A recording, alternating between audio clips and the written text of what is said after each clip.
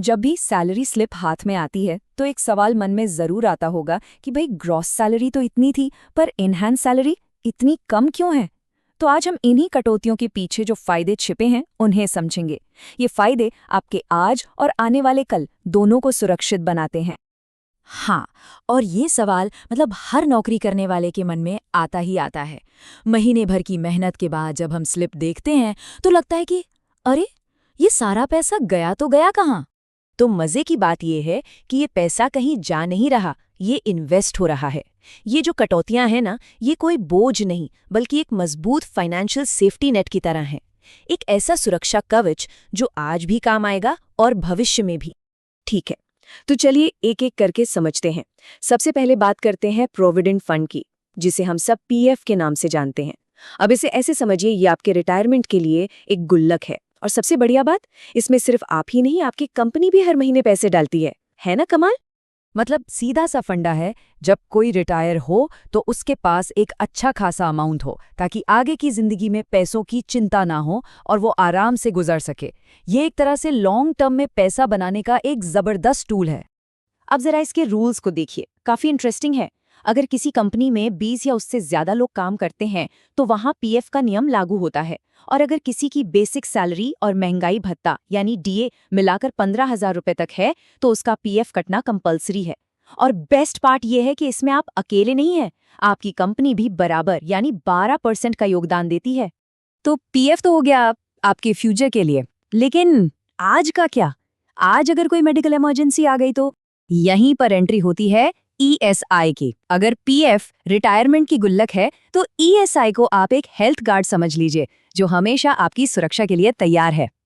भगवान ना करे, लेकिन अगर कभी कोई बीमार पड़ जाए, कोई चोट लग जाए या घर में कोई खुशखबरी आने वाली हो तो ईएसआई सिर्फ इलाज का खर्च ही नहीं उठाता, बल्कि उस दौरान अगर सैलरी का कोई नुकसान होता है तो उसकी भरपाई में भी मदद करता है। और ये सिर्फ आपके लिए नहीं, आपके पूरे परिवार के लिए है।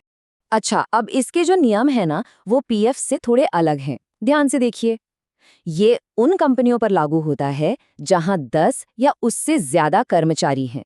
और अगर आपकी ग्रॉस सैलरी 21,000 रुपए तक है तो आप इसके दायरे में आते हैं। और सबसे कमाल की बात तो ये है कि आपका हिस्सा 1% से भी कम, सिर्फ 0.75% कटता है, जबकि आपकी कंपनी आपसे कहीं ज्यादा 3.25% का योगदान देती है। बहुत कम पैसों में बहुत बड़ी सुरक्षा। तो सवाल ये है कि ये ईएसआई आखिर कवर क्या क्या करता है? देखिए, ये सिर्फ डॉक्टर की फीस तक ही सीमित नहीं है। इसमें आपके और आपके परिवार की मेडिकल देखभाल से लेकर बीमारी के दौरान इनकम सपोर्ट, मैटरनिटी बेनिफिट्स और अगर दुर्भाग्य से किसी के साथ कुछ हो जाता है तो परिवार को मिलने वाली आर्थिक मदद तक सब कुछ शामिल है। ये एक ऑलराउंडर प्रोटेक्शन प्लान है।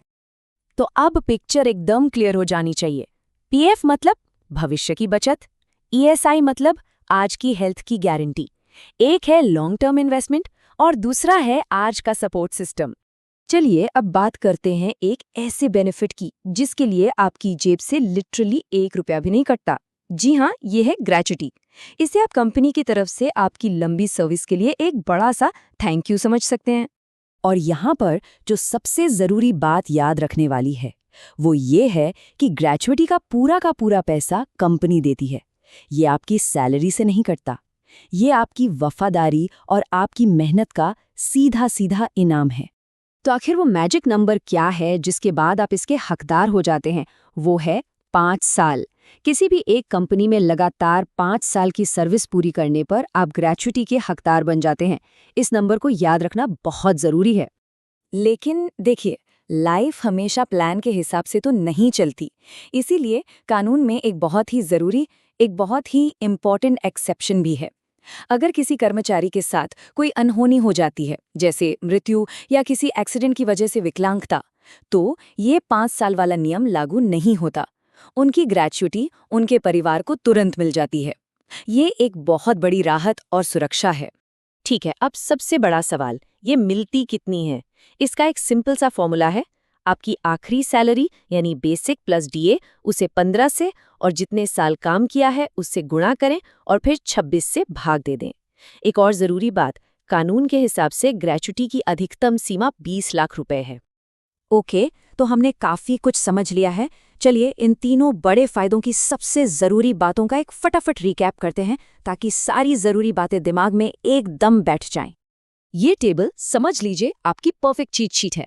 देखिए, पीएफ के लिए क्या चाहिए? 20 से ज्यादा एम्प्लॉय और 15,000 तक सैलरी। ईएसआई के लिए 10 से ज्यादा एम्प्लॉय और 21,000 तक की सैलरी। और ग्रेचुइटी, इसके लिए भी 10 से ज्यादा एम्प्लॉय चाहिए। सैलरी की कोई लिमिट नहीं है, बस 5 साल की सर्विस जरूरी है। एकदम सिंपल। तो देखिए, अपनी सैलरी स्लिप को समझना ना सिर्फ मैथ्स नहीं है, ये अपने हक को, अपनी मेहनत की कमाई को समझने जैसा है। और जब आप इसे समझते हैं तो फाइनेंशियल एम्पावरमेंट की तरफ यही आपका पहला कदम होता है। तो अब जब आपको ये सब पता चल गया है, जरा 1 मिनट रुककर सोचिए, क्या इन फायदों का पूरा लाभ आपको मिल भी रहा है? अगली बार जब सैलरी स्लिप हाथ में आए तो उसे एक अलग ही नजर से देखिएगा। सोचने वाली बात है ना?